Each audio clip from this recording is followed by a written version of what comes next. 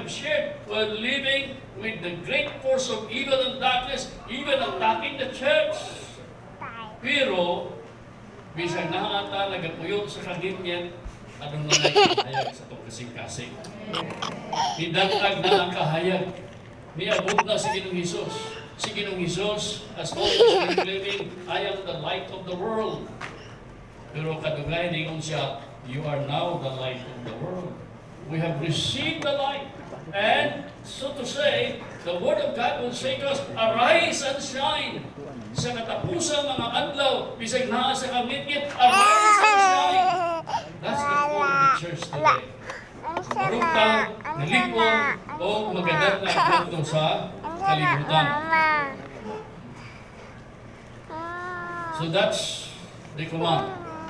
Arise and shine creates an environment towards good harvest. In other words, good harvest starts with who we are.